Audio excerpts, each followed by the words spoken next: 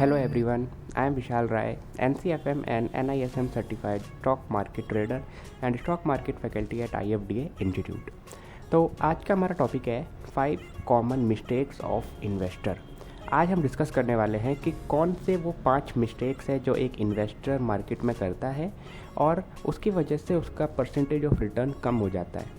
तो अगर हम उस मिस्टेक्स को कम कर लें या उस मिस्टेक को हम ना करें तो हमारा परसेंटेज रिटर्न बढ़ सकता है मार्केट के अंदर। तो चलिए वीडियो को स्टार्ट करते हैं। सबसे पहला पॉइंट जो मैंने लिखा है यहाँ पे वो है not having an investment plan. बहुत से लोग क्या करते हैं कि उनके पास कोई इन्वेस्टमेंट प्लान नहीं होता, वो डायरेक्टली उन्होंने कहीं से पढ़ लिया या कहीं से देख लिया कि ये फ़ंड अच्छा है या फिर ये कंपनी अच्छी है, इसके शेयर्स ले लो या फिर इस म्यूचुअल फंड में लगा दो, है ना। तो इससे क्या होता है ना, उनका जो प्लान है वो कभी भी सक्सेसफुल नहीं हो पाता। मान लेते हैं उनके माइंड में कुछ और था और लेकिन उन्होंने पैसा किसी ऐसे फंड में लगा दिया जो बिल्कुल भी उस प्लान को फुलफ़िल नहीं करता, है ना। तो आपको क्या करना है, हमेशा जो भी आप इन्वेस्टमेंट कर रहे हो वो एक प्लान बेस्ड होना चाहिए।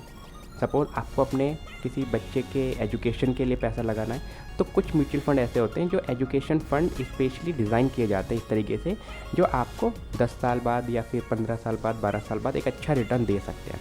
तो वहाँ पे आपका गोल डिफ़ाइन करेगा आपका इन्वेस्टमेंट प्लान, ठीक है। तो सबसे पहला काम क्या करना है, जब भी आप इन्वेस्टमेंट करने जा रहे हो तो आपका एक गोल होना चाहिए कि मैं ये इन्वेस्टमेंट कब तक के लिए होल्ड करूँगा, कितना लॉन्ग पीरियड होगा या शॉर्ट पीरियड होगा, ठीक है। उससे क्या होगा, आपको ईजी रहेगा और कभी भी ऐसा नहीं होगा फ्यूचर में कि आपने कोई इन्वेस्टमेंट करी और इमरजेंसी में आपको बेचना पड़े या फिर इन लॉस में बेचना पड़े या मार्केट डाउन है तो आप लॉस में बेच रहे हो, ऐसा नहीं होगा, ठीक है। तो हमेशा इन्वेस्टमेंट जो भी आप करोगे वो किसके बेस पे होना चाहिए, प्लान होना चाहिए आपके पास कि आप इस इन्वेस्टमेंट को कब तक होल्ड करने वाले हो, ठीक है। अब नेक्स्ट पॉइंट पे चलते हैं। सेकेंड पॉइंट है not assessing your risk appetite. बहुत से लोग क्या करते हैं, उन्होंने कहीं से सुन लिया कि ये फ़ंड बहुत अच्छा है तो इसमें पूरी कैपिटल डाल दी, जितनी बची थी अकाउंट में सारी डाल दी, ये सोच के कि भाई पिछले साल 10% रिटर्न दिया है या 15% दिया है तो इस साल भी 15% मिल सकता है, ठीक है। ये सबसे बड़ी गलती होती है एक इन्वेस्टर की जो नॉर्मली लोग करते हैं, ठीक है। अब इससे क्या होगा, देखो आपने पूरा पैसा डाल दिया, भगवान ना करे कि अगर मार्केट ख़राब हुआ तो आपका सारा कैपिटल ब्लॉक रहेगा मार्केट के अंदर, है ना, जैसा भी कोविड में हुआ था। तो उसकी वजह से आपके पास जो भी आपको अगर कोई प्रॉब्लम है या फिर अगर आपको पैसे की नीड है तो आप वहाँ से पैसा निकाल नहीं सकते, है ना।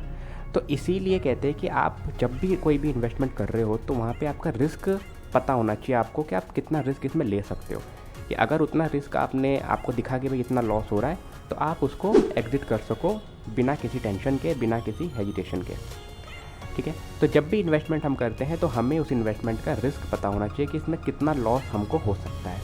बहुत से लोग मैंने सुना है कि वो कहते हैं म्यूचुअल फंड में कोई रिस्क ही नहीं है, ऐसा नहीं है, म्यूचुअल फंड में भी लॉस होते हैं लोगों को, है ना।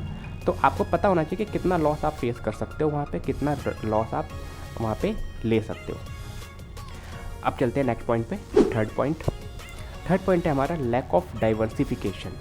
बहुत से लोग क्या करते हैं, उनके पास कैपिटल है, उन्होंने सारा कैपिटल एफडी में डाल दिया या फिर प्रॉपर्टीज़ में डाल दिया या फिर सबका गोल्ड ले लिया। तो हमको क्या करना है, सारा पैसा एक जगह नहीं डालना है, कम से कम आपको अपने कैपिटल को 5 जगह डिवाइड करो। कुछ आप फंड्स में डालो, स्टॉक्स ले लो, कुछ का आप गोल्ड ले लो, कुछ का आप एफडी कर दो, कुछ का आप सेविंग में रख लो, कुछ को प्रॉपर्टी में डाल दो। तो कम से कम आपको 5-6 जगह अपना कैपिटल डाइवर्सिफाई करके रखना चाहिए। अब ऐसा क्यों करना चाहिए, देखो मान लेते हैं कि अभी आपने कुछ पैसा आपने स्टॉक मार्केट में डाल रखा है, कुछ गोल्ड, कुछ एफडी, कुछ प्रॉपर्टी में, आपने हर जगह पैसा डाला हुआ है और क्या पता स्टॉक मार्केट एकदम से ख़राब हो गया और कुछ न्यूज़ आ गई, मार्केट डाउन हो गया, 1000-2000 पॉइंट निफ्टी नीचे है या फिर एक बहुत बड़ा क्रैश मार्केट में आ गया। तो उस केस में क्या होगा, आपके पास अदर इन्वेस्टमेंट्स जो हैं आप वहाँ से पैसा निकाल के जो भी आपकी नीड है, कोई भी इमरजेंसी है तो आप उसको यूज़ कर सकते हो। अगर आपने सारा पैसा एक ही जगह डाला होगा तो वहाँ पे क्या होगा, आप उसको यूज़ नहीं कर सकते, आप उसे निकाल नहीं सकते, अगर निकालोगे तो लॉस होगा, ऑब्वियस सी बात है, ठीक है।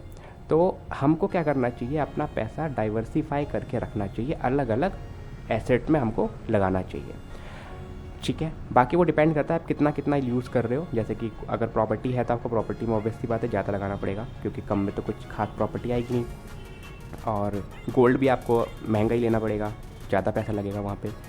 स्टॉक्स में आप थोड़ा अपने हिसाब से देख सकते हो। तो वो सब कुछ आपके ऊपर डिपेंड करता है कि आप कितना कितना पैसा लगाते हो, ठीक है। तो नेक्स्ट पॉइंट पे चलते हैं। हमारा 4th पॉइंट है following advice from social media. बहुत से लोग क्या करते हैं, सोशल मीडिया से देख लिया कि यार इस बंदे ने बोला कि मैंने आज ये शेयर खरीदा और आप उसको टाइम से फॉलो कर रहे हो। या फिर बहुत से लोग तो ये भी करते हैं कि कल देखा किसी को, उसका कोई प्रॉफिट देख लिया या कहीं पे उसने कहीं गाड़ी में घूमते हुए देख लिया, तो क्या करते हैं अगले दिन से जो भी उसकी एडवाइस होगी उसकी स्टोरी पे, उसके फीड पे, तो उसको यूज़ कर लेते हैं।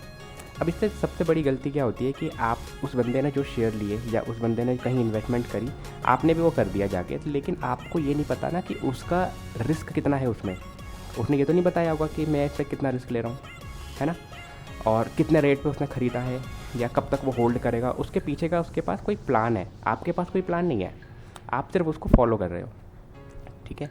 तो ऐसे लोग बहुत जल्दी मार्केट से आउट होते हैं या फिर बहुत जल्दी बर्बाद भी होते हैं। तो हमेशा क्या करना है, या तो आपके पास कोई ऐसा ऑथराइज बंदा होना चाहिए जिससे आप एडवाइस लो, जिसके पास नॉलेज हो, एक्सपीरियंस हो, मार्केट में उसने काफ़ी टाइम दिया हो, काफ़ी सारे इन्वेस्टमेंट किए हों उसने, ठीक है। तो ऐसे लोग से आप इन्वेस्टमेंट लो। ऐसा नहीं कि आप रैंडमली किसी से भी पूछ लिया, किसी से भी सुन लिया, किसी ने बता दिया तो ख़रीद लिया।